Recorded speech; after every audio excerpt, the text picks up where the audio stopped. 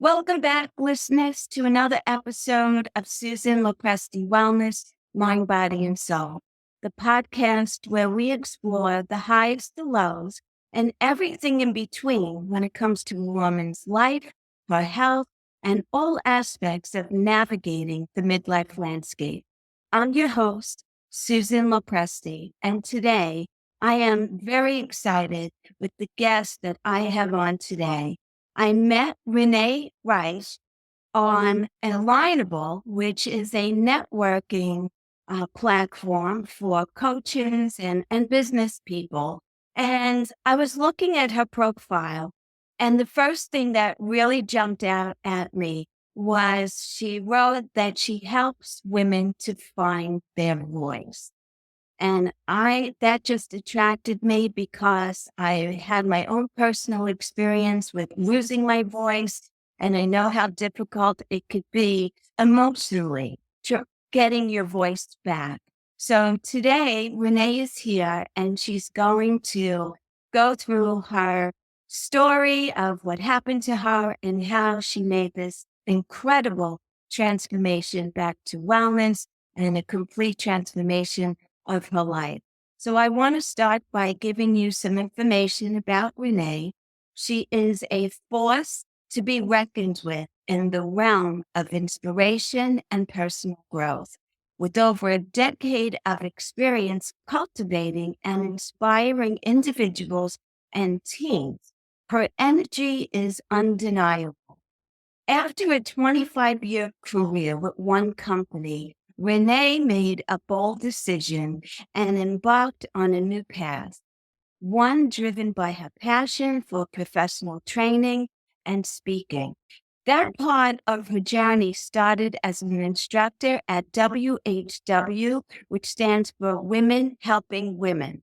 It's a nonprofit organization where she donated her time to help the unemployed and the underemployed find and retain employment. Through her extensive experience in the corporate world, Renee discovered a fundamental truth. To drive progress and increase profit, you must first invest in people. This fueled her mission to inspire and empower individuals, encouraging them to unlock their true potential. Her dedication to uplifting others earned her numerous awards, and she consistently led her teams to the number one position. Renee's life took a dramatic turn when she was faced with a devastating illness that robbed her of her voice. Several years later, she also experienced the profound loss of her best friend and her father. Rather than giving up, she drew inspiration from their example to never give up. That legacy now guides Renee in her own life and in her efforts to serve others. Today, Renee stands as a 4 times number one best-selling author, the visionary founder of Finding Your Voice Network and magazine, and a trusted woman's life and leadership coach. Her unwavering passion lies in assisting women who struggle with self-worth, their voices silenced, and their potential untapped. She firmly believes that each individual possesses the power to cultivate steadfast confidence. Through her transformative coaching program, she guides them to unlock their hidden potential. Renee's impact extends beyond one-on-one coaching. She conducts empowering workshops and delivers captivating speeches on important topics such as leadership, confidence, and communication, areas that foster personal growth. Her commitment to creating an environment of respect and inclusion allows her clients to soar to new heights, both personally and professionally. Renee has been recognized and honored for her outstanding contributions. She is a recipient of the 2023 WOW Women of Worth Award, 2023 Women of Heart Global Award, a 2021 WAW Honorary Award from the Woman Appreciating Women Hall of Fame, and a 2021 Humanitarian Award for All Women Rank, an acknowledgement of her unwavering dedication to making a difference. To learn more about Renee, I will be putting all her links where you can find her and obtain her book in the notes of the podcast. So without further ado, Renee, welcome to my podcast. I'm so grateful to have you here with me today, and I'm excited for my listeners to hear your story. Well, Susan, first of all, thank you for the introduction and, for allowing me to share my voice on your podcast today. It really means a lot, and I'm just really grateful. So thank you. So am I. Thank you. My pleasure to have you. So Renee, start from the beginning and tell me your story. When you were in corporate world, what kind of a position were you holding? What was your job title? What were you doing? And take it from there. So, I really worked my way up the corporate ladder, like every rung of the corporate ladder. I started as a Christmas hire, then I was part-time, then I was asked to go full-time, then I was just every which area in that, I guess, picking up the popcorn trail, right? And driving up that corporate ladder. I did. And I ultimately ended up getting like 5 different departments, multi-million-dollar teams. And then I was also given the company initiatives. So big corporate things that, they wanted to achieve, different positions in there. And I had a lot of pressure that was put upon me. I know we always put the pressure upon ourselves, but I felt it because they kept giving me more and more. They never gave me more pay, and I never asked because I felt if they thought I deserved it, they would give it to me. That's your self-worth right there. If someone's going to give you more to do, you turn around and say, show me the money. Like, where is that? And I never asked, I never received it. And I just kept working, working, working. And I got so inundated with that and overwhelmed with it, not even realizing I was getting overwhelmed. I was just like diving in head first. Then I ended up getting really sick. And in 2013, I got so sick that I was taken out on a leave of absence. I had no voice and I had sores on my vocal cords. It was the Christmas season, so it's very busy and hectic.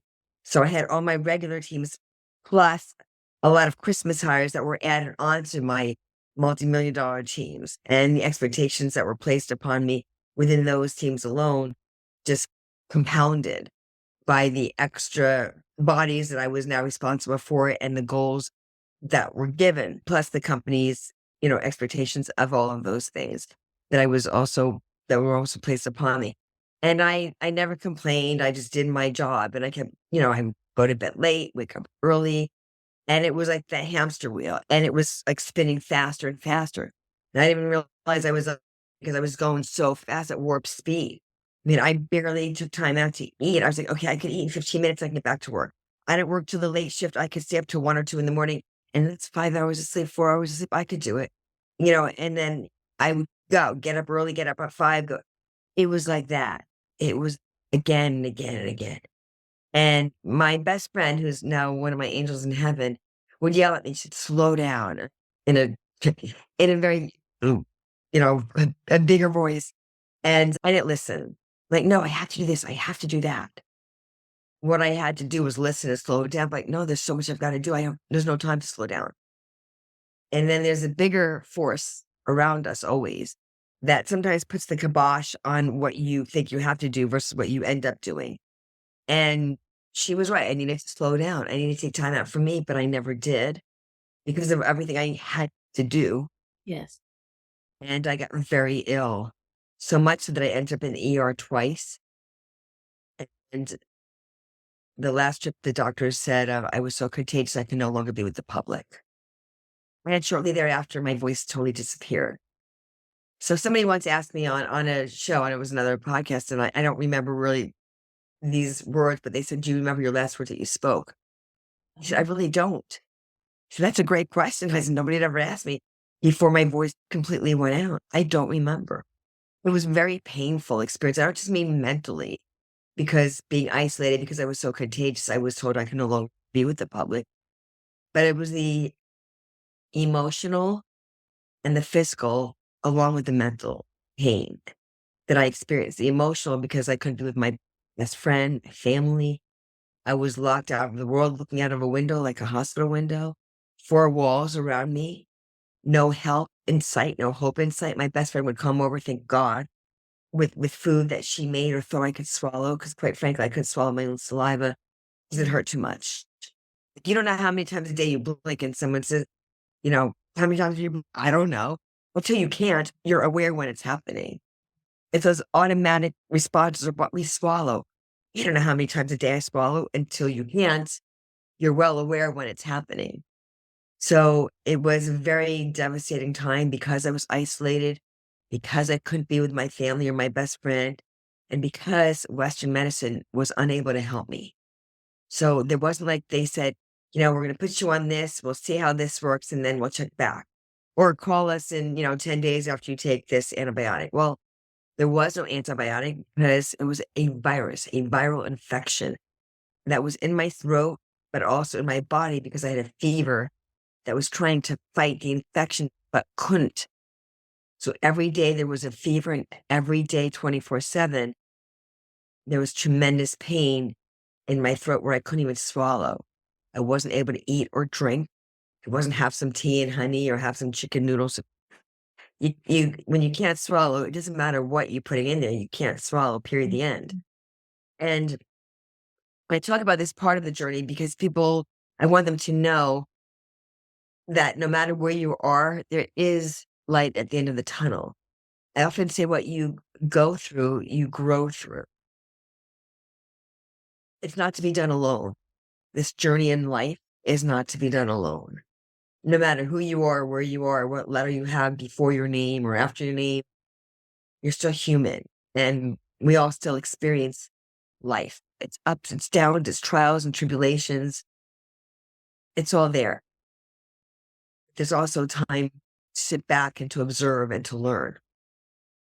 And when you're going through the muck, it's not like, let me see, what is this teaching me? Right then you're like, oh my God, it's like, this is horrible. And you're like feeling it in every which way. But take the time to really lean in, listen, and learn because there are lessons in everything. I continue to learn them. They're not always pretty, they're not always fun, but they're there to learn from. And when we do that, we can become the best student and CEO of our own life. Yeah. It's not getting an award or an accolade that you're looking for. You're just growing in your own soul, in your own way, and becoming a better person because of it. Not that you have to go through that much pain like I did to grow, but apparently I needed to go through that in order to grow because I didn't stop and listen to anybody. I wouldn't. I'm like, no, I got to keep going, keep going. But as I said earlier, when you're stopped in your tracks, like the screeching halt on your life, you don't really have an option because there's always a choice. I really didn't have much of a choice because I didn't listen to the millions of times I was supposed to listen. I never did. I was like plowing through to go to the next thing, and running, but never stopping to listen. And when you do that and you let things flow the way they're supposed to, you learn a lot more. And, it's really, sometimes it hurts as you go through it, but there is light at the end of the tunnel. And there's a reason when you don't always understand at the time, I'm going to say, like, why would this happen? Why would somebody experience so much pain? What kind of, punishment is this? And it wasn't a punishment. It was something that, you need to sometimes learn it the hard way. And because I didn't listen, it was a hard way. 'Cause that's the only way I would listen. Right. I didn't listen to anybody else. People who loved me, I didn't listen. I knew they loved me. I'm like, no, you don't understand. You don't understand. I have to do this. But when you get so body sick, said, I'm going to body shut it screaming, down. Yes.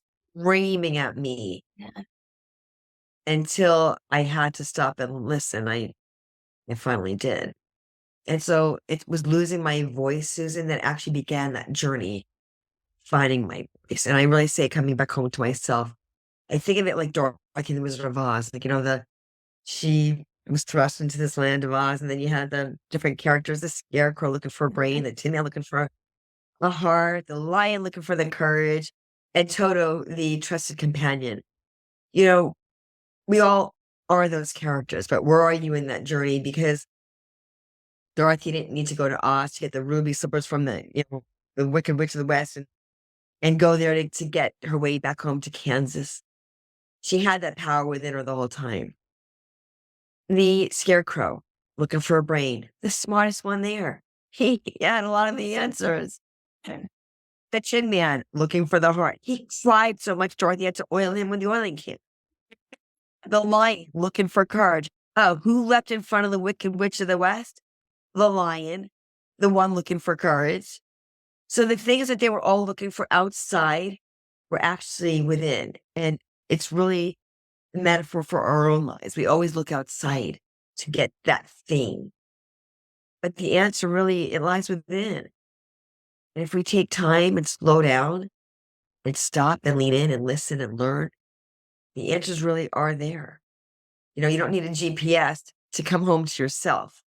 It's there. You're here. It's running, those maps when you're going to a mall or something and it says you are here. Yeah. Here.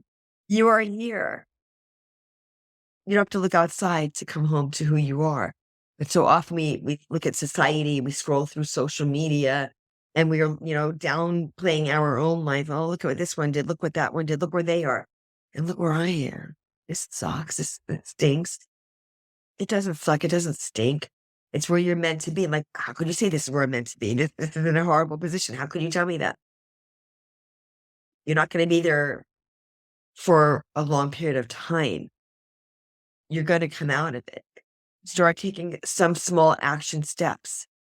Something different than the same thing you're doing. Because it's, the definition of insanity, doing the same thing, expecting a different result. Take some small move, some small pivot, something different that you can move forward in. I love to get out in nature, and nature to me is nurturing. Everybody's different. Do something that you really love. What is it that lights your soul on fire? What do you really enjoy? And I'm not talking about drinking or drugs that mask something else. Right. That's not the go-to cure. That's something that's covering something else. Whatever the drug of choice is, whether it's, sex, drugs, rock and roll, whatever that is, whatever that drug of choice is that people overindulge in, food, Yeah. over exercising, under exercising. There's moderation, and there's like, I have to do this, I have to do that. Yes, exercise is great. Healthy eating is great. Exercise is great. But are you beating your body up because you're angry or you're frustrated or you're ticked off at someone and you're like, I don't care anymore. I'm just going to do this. And you're going to the extreme in one way or the other as a punishment. What is it about, really? What is really going on? And when you sit down and think about it, you'll find the answers. And it's what I do in my coaching. It's why I developed what I talk about that in a minute, but what I did with the blueprint, the voice blueprint, it's why I wrote the book. It's a journey. Finding your voice, unlock your chains, and unleash your greatness. So let me It's the chains, I was going to say, it's the chains we bind ourselves up in. And it's the greatness we also have. So while you were homesick, isolated, all by yourself, did you get like this revelation about that I need to change my life? And did you realize that your illness was associated with your hectic lifestyle? Did you at some point make that connection that it was about that lifestyle that you had? Oh, Susan, it would have been so much easier if I realized it then. If I knew now what I knew that if I knew yeah. If I knew then what I know now, it would have been so much better. But I wasn't meant to know it then. I was meant to go through it so I could grow through that. I didn't. I really didn't. I wasn't spiritual. I didn't, people say, well, you go within, journal, to that. I didn't. I didn't know from any of that. Meditate, listen to the I didn't do any of it. I didn't know from it. I wasn't like spiritually awake at that Yeah. point. So, I didn't do anything like that. I didn't even read a book or anything. I was just in so much pain and distress that I just wanted, if I could have like unzipped, that movie Cocoon from years ago. Yes. They like, they had their souls, like they left the physical and they like were flying around. They came back in and then they were the older people again, hard to move around, but then they were free. If I could have unzipped my skin and just like flown away, I don't believe I would have come back because it was too painful. It was too painful to live. I didn't want to live anymore. I went into that deep, dark depression and just wanted God to take me home, his home, not my body of home, Right. because it was just too distressful and stressful. I don't know if distressful is a word. It was too distressing and stressful uh, at that point. So I didn't want to live. I didn't want to survive it. I wanted to just go away and not come back. And when I kept waking up, albeit different times of the day or night, I just wanted to go back to bed every time I woke up. But I would wake up at 2 or 3 in the morning because I must have swallowed.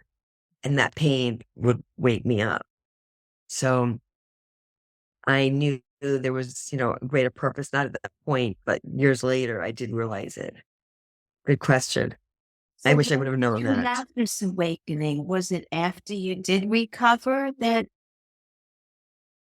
Oh, it was years later. It Yeah. was so the illness took place. People might say, what did she have? It was viral pharyngitis, inflammation. I think itis is inflammation. So it was inflammation around my pharynx, my vocal cords. My throat was inflamed and had sores all over my vocal cords. So that alone was tremendous pain.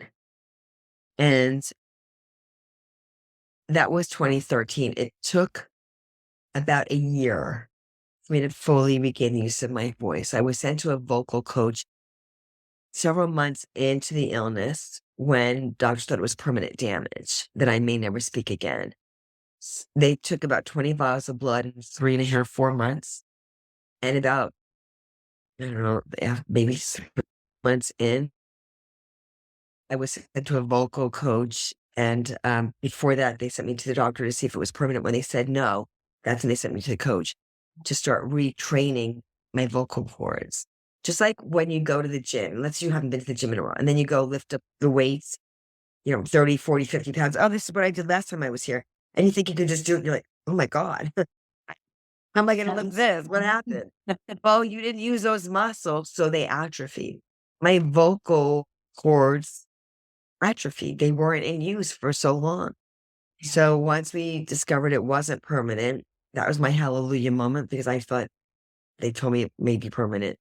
I was sent to the coach week after week, day after day. I was like hitting the gym of training for my vocal cords. And I was Googling things, to try to speed up the process of learning to speak again. And you can't really speed up what is meant to take a certain amount of time. I did incorporate other exercises I was learning as I was going through it to try to help myself along the journey. But it did take close to a year to fully get it back. It would, like a rubber band, I would speak and then it would go up. It would literally go, gone. It would just, as I was speaking, it would, and then if I was to get stressed or upset in my speaking, nothing came out anymore. So the stress of whatever was going on around me that I was embody it took hold of my vocal cord and it would leave. The voice would go again. I'm like, oh my God, every little upset would stress that. So stress really played a role in losing your Emotions. voice, getting sick. It was, I believe it was emotions. Like, so I think even to this day, I'm going to say, because that was 2013, 2014, the physical loss of my voice, I believe manifested from the metaphor of my life. That people pleasing, the fear of judgment, looking for outside validation for my own inner worth, all of those things that I was looking for, that I was people pleasing, that I was doing on a very consistent basis, that took hold of my own voice. Because I never spoke up for myself until I no longer could. Yeah. Yeah. When you don't speak up for yourself, it's not a good thing. It was a horrible thing. Yeah. So from that pain came my purpose. Again, to your point earlier, I didn't know that was going to be a purpose. I thought I was going to end up in retail my whole life. 25 years, it's a quarter of a century. It's not like, oh, I was about to go get another job because I didn't know what I would do after 25 years of doing. I made what I was doing who I was being. That was like one of the same. There was no, this is me at work, this is me off of work. I was that person. But that's not really who I ever was. Do you think that it's more like, as far as being afraid to speak up, is more of a woman thing than like a man? And talking from like a work perspective. Yeah. For me, I can't speak for every woman, even having a title of an executive title and running multi-million dollar teams, there was the recurring tape playing in my head of not being good enough. I didn't think anything I ever did was good enough. The more I did, the more was expected. The more I succeeded, the more was expected. So nothing was ever good enough. And I took that as being, I'm not good enough. I made it inward. If this isn't good enough, if I didn't meet a goal or an expectation, that I am a human being, as a human being, suck. I am no longer good enough to exist.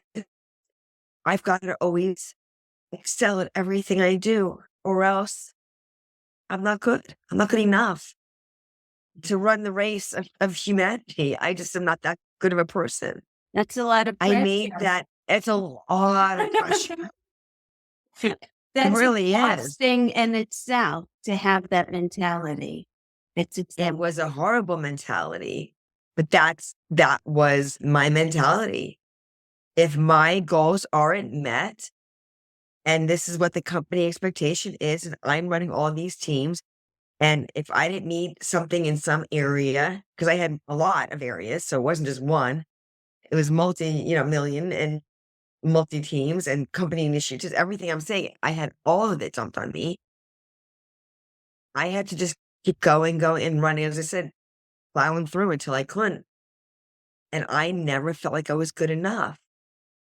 And then if I would speak and people would silence me, I would feel like this little girl being yelled at, and I would like go within and like literally like a snail.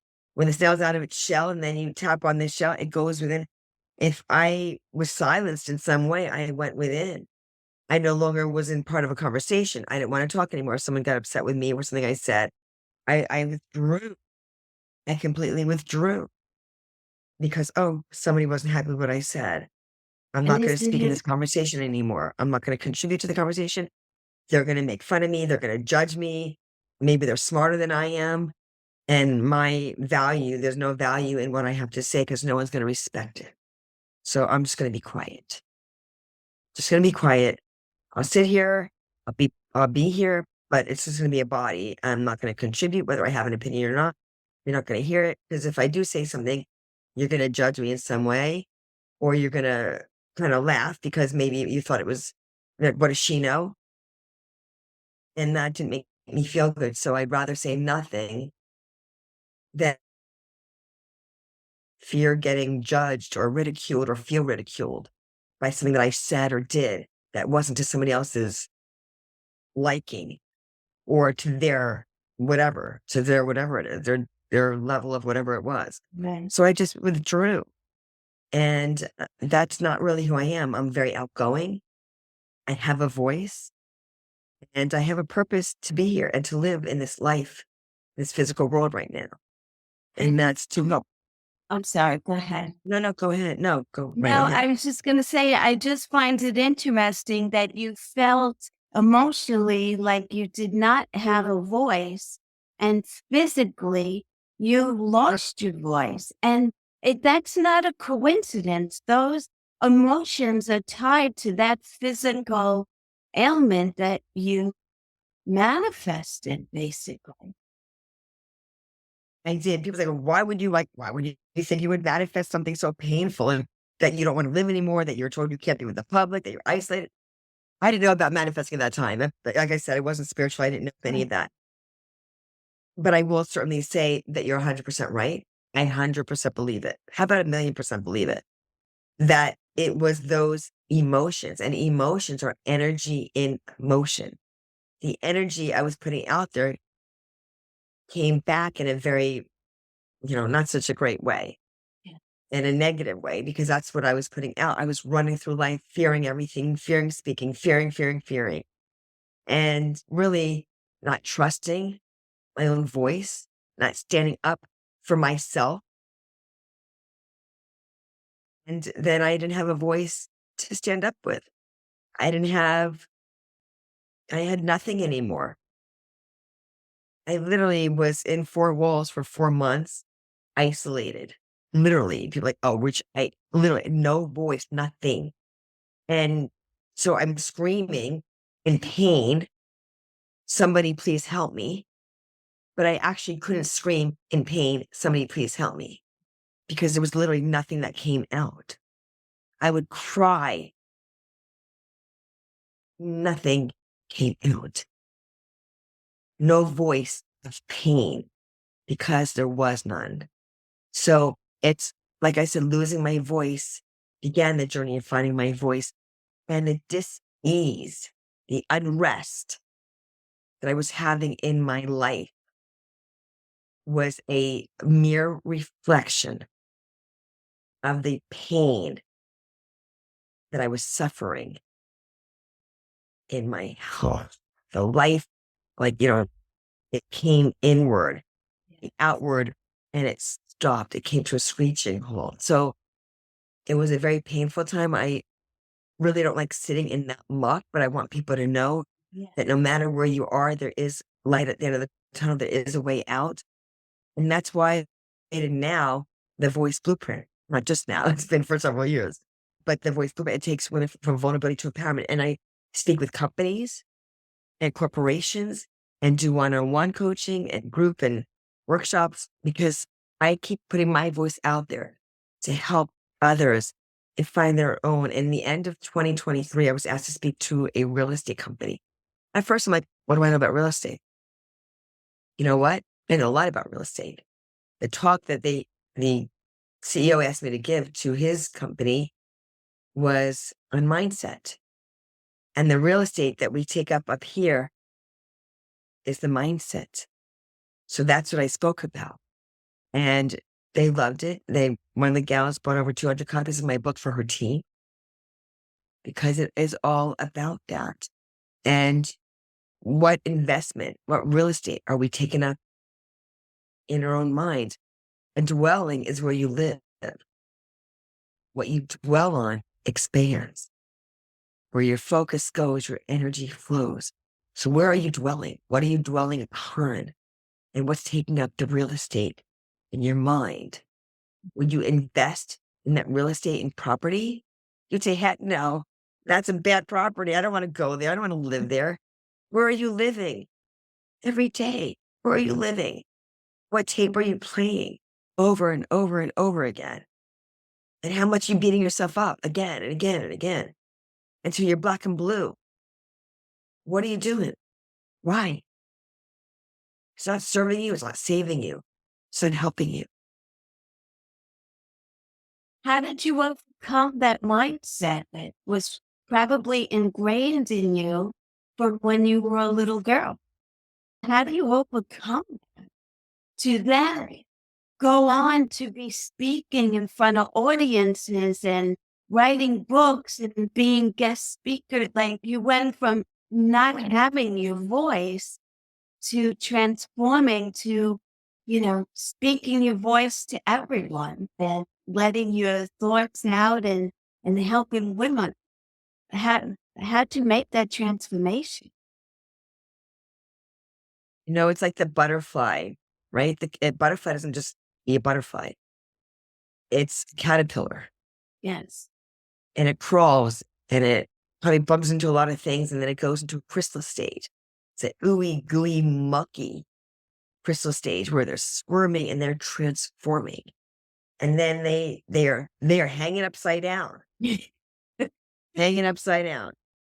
And then eventually a wing starts emerging and then they're squirming out and then they emerge and they're all different. And the chrysalis stage is different for every butterfly. You have some monarchs that are brown and some spotted, and then some others. They're just all different. They're all different. We're all different as human beings. You asked me how did I overcome it? It was a transformation. It was going within, doing a lot of deep inner work, which I still do daily. Daily. I'm like, well, I did it. I'm good. Every day I do work on me. Every day. That is a non-negotiable. Because I know that the more I learn and grow personally and professionally, the more I can support others in their journey. So I can never say, well, I know because I've done it. I've been there, done that. Everyone has a different experience in life. I only speak from my personal experiences. Yet I know that others, especially women, have gone through, or maybe those listening are going through currently. Maybe they hate their job. They're in a thankless marriage. They're a mom and yet a CEO, and they're trying to juggle. How am I going to do this? And I hate my life. And what am I doing? And how am I going to get out of this? And they feel stuck. So I created the voice blueprint from vulnerability to empowerment. It's 5 pillars, VOIC. Within each of the pillars are 3 key components, along with actionable steps. Along with actionable steps that will transform them in that journey. And in the one-on-one coaching I do, it takes them along the journey from vulnerability to empowerment in finding their voice. And it's tailor-made for everybody. I use the modality that I created, the voice blueprint. But just like your fingerprint, your blueprint in life is different than everybody else's. The voice blueprint is going to be different for everybody. The book, Finding Your Voice, Unlock Your Chains, Unleash Your Greatness, it's part of that. It's a big part of that because that's the journey too. And in it, there are takeaway sections. Oh, I And see. you write your answer, you date it. Oh, You so it's date like it and you write your, workflow. Okay. it's a workbook within a book because you got to do some work in life Yeah. to see that transformation. You can't say, well, let me just Google this. How do you do that? How do you get out of it? You've got to go through that process. You really want to get from A to Z yesterday. I know that personally. Right. I wanted to go from A to Z. I really did. Just get me to that end point. I want to be there. Please help me get there. In order to get there, if you don't go through the process, it's like, really? Do I have to go through it? Can I just get that? You want to be handed the keys and the answers. I know. I did too. But when you go through it and you grow through it, you can actually understand it and why you went through it. And then you can help other people because of it. You can help yourself because you went through it. It's like, okay, now I have tools. Now I created tools. I created the voice blueprint because I saw the gap. I saw a lot of coaches out there, this coach, that everyone's empowerment, this coach, that I do empowerment too. Yes. Mindset, all these coaches, how do you know which one to choose? Yeah. The gap I saw is they're taking you to the place, but where's the gap from where you were to get there, the bridge? So the voice blueprint is the bridge. And it's going to change for you, for that one, or for that one, or for that one. Everyone is different. So as I said, use the modality of the blueprint that I created, but I tailor make it to each person. It's not done for you. It's done with you. Right. Because you've got to go through it, but yet you're not doing it alone. I'm with you the whole way through. That's beautiful. Yeah. That's incredible. What a story. What a story. So now you Susan, thank you. decided that you went through this journey and then you decided that you wanted to help other women out there because there are plenty of women that are in your shoes. I actually know some of them that are still working in corporate America and they are working crazy hours and tying themselves up in knots and going through all kinds of changes emotionally, physically, and it's a rough ride. It really is. I And agree. and a lot of women will end up in a situation similar to yours where you're just I mean, I've known women who've had mental breakdowns, not a physical, but mentally couldn't bring themselves into the office anymore from the stress and the angst This, corporate America. the dis-ease I was speaking about earlier. Yes. Yes. You're in a state of unrest. You're Yeah. stressed. You're repressing and suppressing emotions because you got to get this done and that done. Like you just keep pushing it down, and then all of a sudden you're getting your back concern, then you're getting migraine, then you're getting this pain and that pain, and then like, where did that come from? And then all different things start popping up in your body. You're like, what's that about? And like they happen. Why are they happening to you? They're actually happening for you. It's like, Right. why would you say that? Why would some pain happen for me?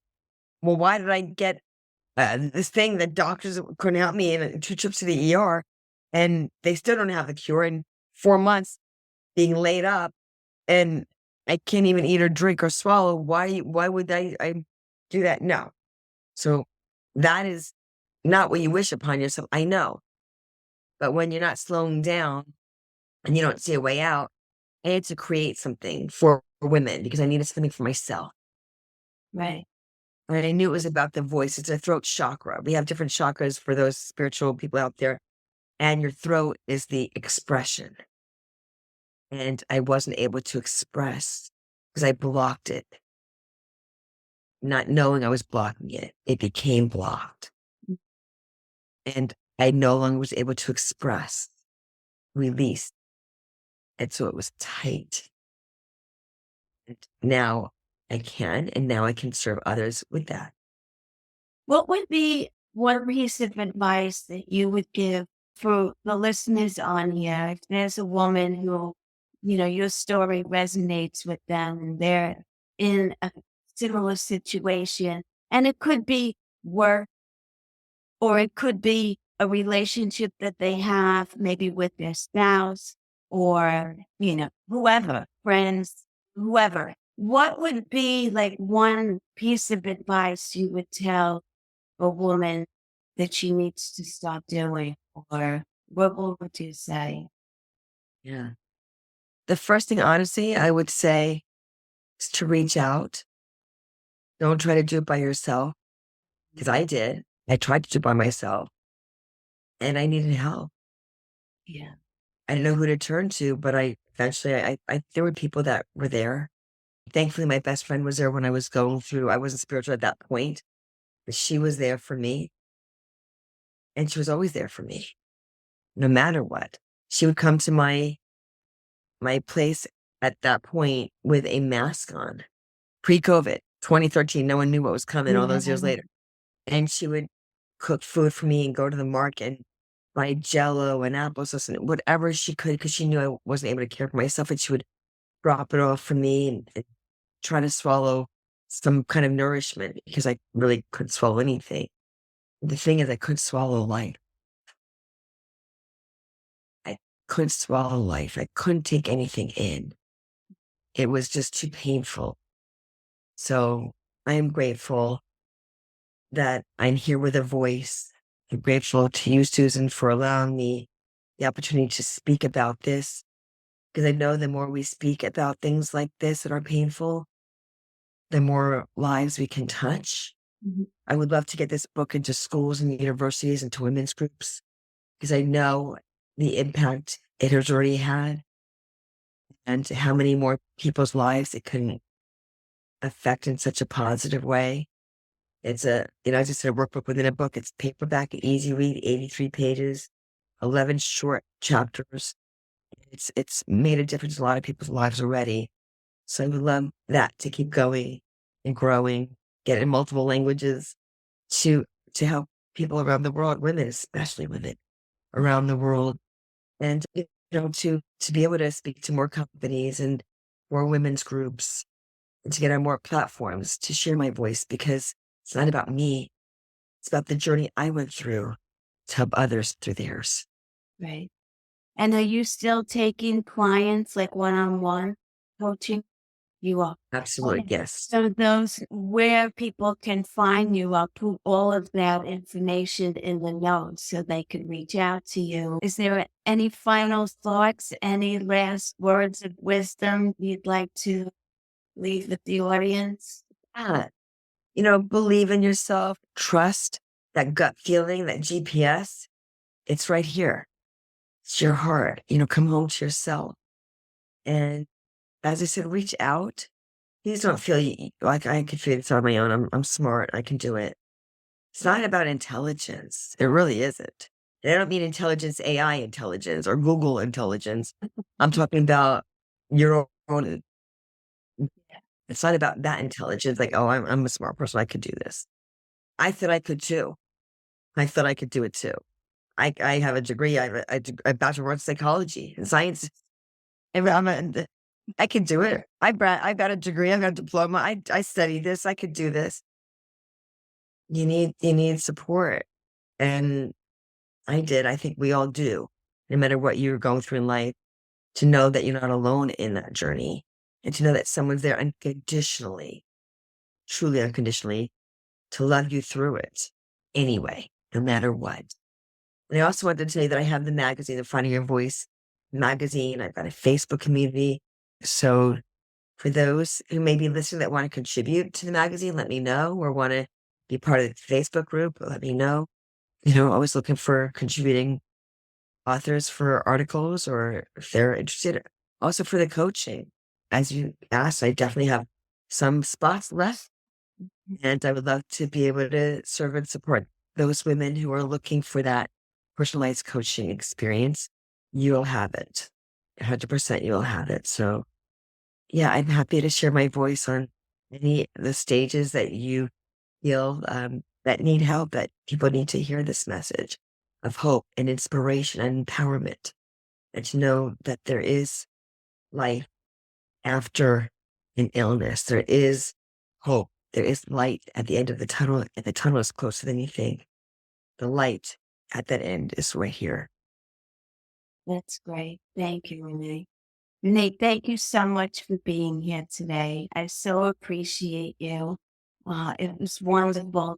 I know that you added value to the listeners on here, and I encourage anyone who's listening, if this resonates with you in any way, I will put all of Renee's information in the notes. You could reach out to her. You heard she's taking clients, and I'm sure she could direct you where the book is sold. I guess I could put that in the notes as well. Absolutely. Yeah. I have my calendar link is there too. Okay. So you can fill out if you would like to book an appointment with me, Yeah. please do. It's a free 30-minute consultation.